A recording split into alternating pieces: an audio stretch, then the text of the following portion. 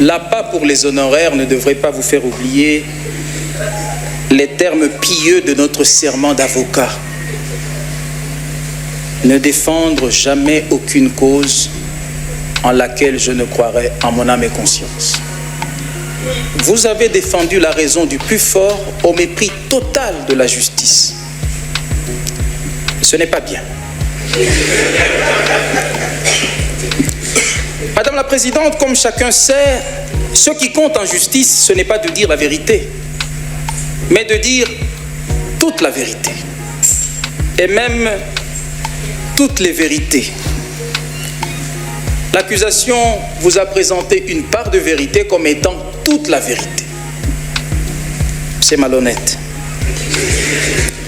Mais oui, les Africains ont une part de responsabilité dans les malheurs qui les assaillent. Personne n'en doute. Cependant, les Africains refusent d'oublier, ils refusent de minimiser, ils refusent de taire cette autre part de responsabilité qui revient à tous ceux qui ont bâti et qui continuent de bâtir aujourd'hui leur bonheur avec les matériaux extraits de leur malheur. Madame la Présidente, je sais, aujourd'hui au banquet des peuples, dès que l'Afrique veut rappeler la part des autres dans ses malheurs, on lui demande de quitter la table. Parce que personne ne veut avoir la conscience chargée. Le seul discours désormais recevable est celui qui confine à l'autoflagellation et à la culpabilité. On pille, on vole à l'Afrique son bien, on la désorganise par-dessus le marché, mais c'est toujours à elle de s'excuser. L'Africain même est devenu coupable de tout et le contraire. Qu'il soit ouvert sur le monde, on le dit aliéné. Qu'il cultive un certain goût pour l'authenticité, on le dit borné. Mais Madame la Présidente, comme vous savez, le faible a toujours tort. Non pas qu'il ait tort, mais parce qu'il est faible. Je vais avoir un propos très bref, parce que j'ai suivi le conseil d'un grand avocat qui nous disait souvent que les plaidoiries doivent être comme les jupes des femmes, assez longues pour couvrir le sujet et assez courtes pour être suivies.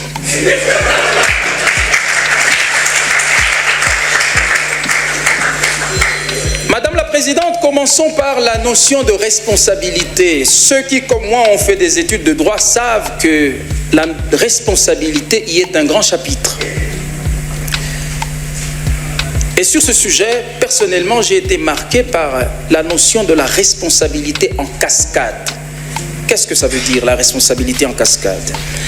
Il y a des occurrences où la chaîne des responsabilités est telle qu'il n'est plus évident d'établir les responsabilités avec force clarté des uns et des autres. Je vais vous le démontrer, Madame la Présidente. Prenez cet exemple. Une jeune femme était tombée sérieusement malade. Mais à la suite d'une altercation, sa mère, sa propre mère, la priva de nourriture 2 jours durant. Son fiancé, alerté, l'amena à l'hôpital raide morte. Mais le médecin mit trop de temps avant d'intervenir. Et dans l'entre-deux, un chien, un gros chien, venu de je ne sais où, vint semer la pagaille dans l'hôpital. Et pour se sauver, le fiancé lâcha brutalement la malade qui tomba et mourut sur ses entrefaites. Et l'on posa la question de savoir de quoi, enfin, était morte notre pauvre jeune dame. C'est là une hypothèse de responsabilité en cascade. En réalité, la mort de l'infortuné est une succession, un enchevêtrement, un chevauchement des causalités difficiles à démêler. Et c'est vous dire, Madame la Présidente, les malheurs où se débat l'Afrique aujourd'hui participent de cette logique de chevauchement, d'entrelacement de liens de causalité. Voyons ce qu'on a pu en dire. L'Afrique va mal parce que, dit-on, la corruption y règne. Ah oui. Il paraît qu'elle va mal parce que la culture du travail bien fait y est absente. Soit. C'est peut-être aussi parce que notre élite n'a pas suffisamment d'ambition. Peut-être. On dit aussi que l'Afrique va mal parce que les Africains ne connaissent pas leur histoire. C'est vrai. Mais, baissons la voix. L'Afrique va mal aussi parce qu'elle a été pillée. L'Afrique va mal aussi parce qu'elle a connu la traite négrière et la colonisation. Et je vous dirai tantôt que, hélas, la colonisation n'est pas encore finie. Là est le sujet. Messieurs, écoutez-moi bien. En vérité, l'Afrique va mal à cause de toutes ces raisons. Mais, depuis un temps, et c'est là la pomme de discorde avec la défense, on dit aux Africains, c'est fini. Ils n'ont plus le droit d'évoquer ni la colonisation, ni la traite négrière. C'est fini. Ils devraient passer à autre chose. Et à la vue des penseurs qui osent rappeler cette histoire, on crie haro sur le baudet. On dit qu'il faut arrêter ces faux débats. Il faut sortir du ressentiment. Mais non. Les Africains ne sont responsables de leur misère qu'à hauteur de 50%. Regardez-moi bien, à hauteur de 50%. Les 50% autres constituent la part de responsabilité de ceux qui ont bâti et qui continuent de bâtir aujourd'hui encore leur bonheur avec les matériaux extraits des malheurs des Africains. Et pour cause. Madame la Présidente, il me suffira de convoquer deux auteurs seulement, et ce sera tout. J'ai renoncé à tant d'autres témoignages qui auraient pu vous éclairer davantage. J'y ai renoncé à cause des présomptions de partialité que l'accusation n'aurait pas manqué de faire peser sur eux. Je n'en appellerai donc aux écrits d'aucun afrocentriste, ni d'aucun écrivain de la négritude. Césaire, je le mets de côté. Je ne ferai comparaître aucun panafricaniste patenté, ni aucun europhobe assumé. Je n'alignerai que des réflexions des penseurs de là, mais épris de vérité. Madame la Présidente, j'ai même renoncé à cause des malheurs du temps à un livre incontournable, mais simplement parce qu'il a été écrit par un certain Balthazar. Les deux livres sur lesquels je fonde ma thèse, Madame la Présidente, ont paru cette même année, l'année 2024. Vous voyez qu'il y a longtemps qu'on peut se servir des livres des années 50, cette même année. Le premier livre, Madame la Présidente, puisque j'aime promener les preuves à l'audience, est le livre de Howard French, universitaire et journaliste américain. Il vient de publier en 2024 Noires origines. Le deuxième livre est de l'avocat français Robert Bourgi.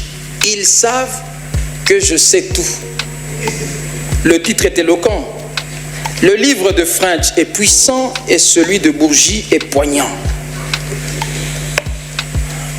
Monsieur de l'accusation, vous avez rendu hommage à mon talent de conteur. Je suis africain et je vous remercie. Il était une fois donc.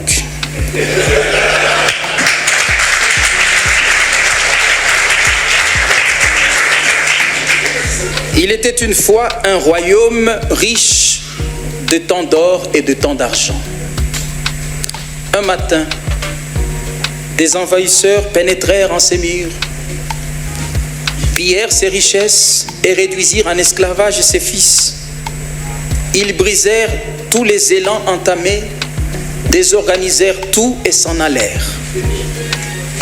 Mais de temps en temps, les mêmes envahisseurs reviennent poser la question aux gens de ce royaume. Pourquoi êtes-vous si pauvres? Ceux-ci répondent, nous sommes devenus pauvres dès les années où vous vîntes nous prendre ce qui était à nous. Furieux, les envahisseurs rétorquent, baissez la voix. Ne dites jamais plus ça. Nous sommes riches parce que nous avons travaillé dur. Parce que nous sommes des êtres supérieurs et rationnels. C'est tout. En fait, j'ai voulu ouvrir ce premier argument par ce récit dans la mesure où il nous permet de comprendre la pertinence de la thèse soutenue par Howard French dans Noires origines. Howard y est allé direct. L'esclavage, dit-il, a été à la base de l'essor européen et de la création de l'Occident. Et il s'explique. Le travail qui a été extrait des Africains sur les plantations sous forme d'esclavage a réellement été à la base de l'essor européen et de la création de l'Occident. Howard déclare avoir voulu écrire ce livre pour contribuer à un autre récit de l'histoire du décollage de l'Occident, précisément parce que le récit actuel tente de minimiser et d'invisibiliser le rôle central de la traite négrière dans l'enrichissement de l'Occident. Il y a plus, il y a même mieux. À la question de savoir pourquoi on tente alors de minimiser et d'invisibiliser le rôle joué par l'Afrique dans la création de l'Occident moderne, Howard French répond et explique qu'en fait, toutes les civilisations cherchent à trouver leur propre mérite. Elles cherchent à mettre en exergue leurs propres qualités. Toutes les civilisations font ça. Et ce faisant, elles créent leur propre mythe.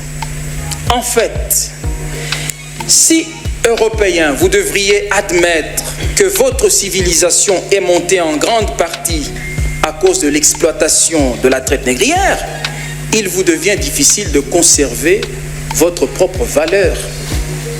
Vous voyez? Vous avez compris? Au nord, les gens travaillent, bien sûr. Ils travaillent sérieusement dans tous les domaines. Mais cela n'empêche pas qu'au décollage, de reconnaître qu'au décollage de tout cela, il y a eu le pillage d'autres peuples. Savez-vous l'espérance de vie d'un esclave? 5 ans. Le poids du jour sous la morsure du soleil au travail harassant vidait les vies de leur vie au bout de 5 ans. 5 ans seulement. Alors parlez-nous de la Renaissance et de la victoire de la raison sur les croyances. Parlez-nous de 1000 inventions extraordinaires, mais parlez-nous aussi du pillage d'autres peuples. Et ne l'oubliez jamais. C'est notre rôle que de le rappeler dans ce procès. Mais Madame la Présidente, comment faire le procès de l'Afrique sans évoquer la question coloniale? Alors que la traite négrière et la colonisation se ressemblent comme 2 gouttes de sang. Je fais une parenthèse, Madame la Présidente, en reprenant cette phrase, je me suis rappelé des leçons de nos maîtres de stage au barreau. Monsieur le bâtonnier, je parle sous votre contrôle. Quand on arrive au barreau, on apprend aux jeunes avocats à plaider. Et on leur dit que la même plaidoirie peut être vendue à 1000 et à 2000 $. Et la différence, c'est laquelle? C'est qu'à 2000, on pleure avec les larmes. Donc, Madame la Présidente, si j'avais été aussi chèrement payé que Monsieur l'accusation, cette partie-là, voici comment je l'aurais rendue. Madame la Présidente, comment faire le procès de l'Afrique sans évoquer la question coloniale?